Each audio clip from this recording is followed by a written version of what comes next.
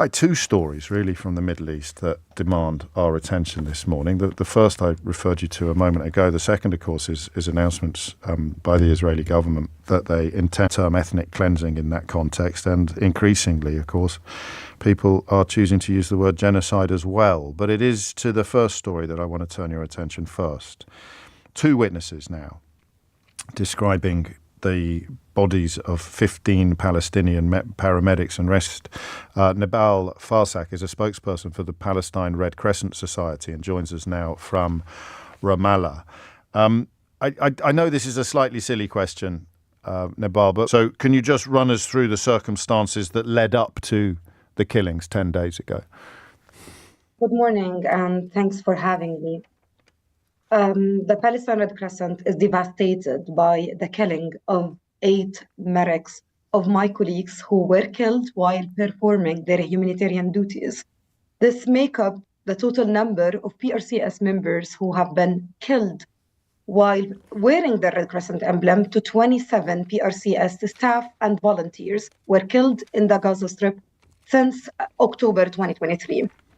We received a call for help for injured civilians after a home was bombed, the hospital. But the other ambulance, which was dispatched from a different was lost. And then we asked the other ambulance to go and check on their colleagues on this. On the road, they found the PRCS ambulance help and asked the dispatch to send more ambulances to help transporting and evacuate. Paramedic was over the line with the dispatcher. We hear medics who were responding, 10 PRCS paramedics. One colleague is still missing, and we believe he might be arrested. Other colleague was released in the same day. He is the only survivor. He was at the first ambulance who went missing and tried to check on them, and he confirmed that a heavy gunfire, they were subjected to a heavy Israeli gunfire, and both colleagues who were in the front of the ambulance were injured or killed. He didn't tell because he laid on the ground, and after the heavy gunfire, we can't even find the words to describe what happened. And what is more horrific is the circumstances when we discovered their bodies. It is a mass grave and put them on a deep hole and cover them with clothing, and they were all full with sand. How was it found, Nabal? I mean, was it a coincidence, or was it being searched for? Safe access for the staff to go and rescue team to go and search for our missing teams, where we didn't tell what happened to them. And then after a while, or 2 days before, we commenced a staff member body, and then they asked us to move from the area. Later, we tried to guarantee access, but there wasn't.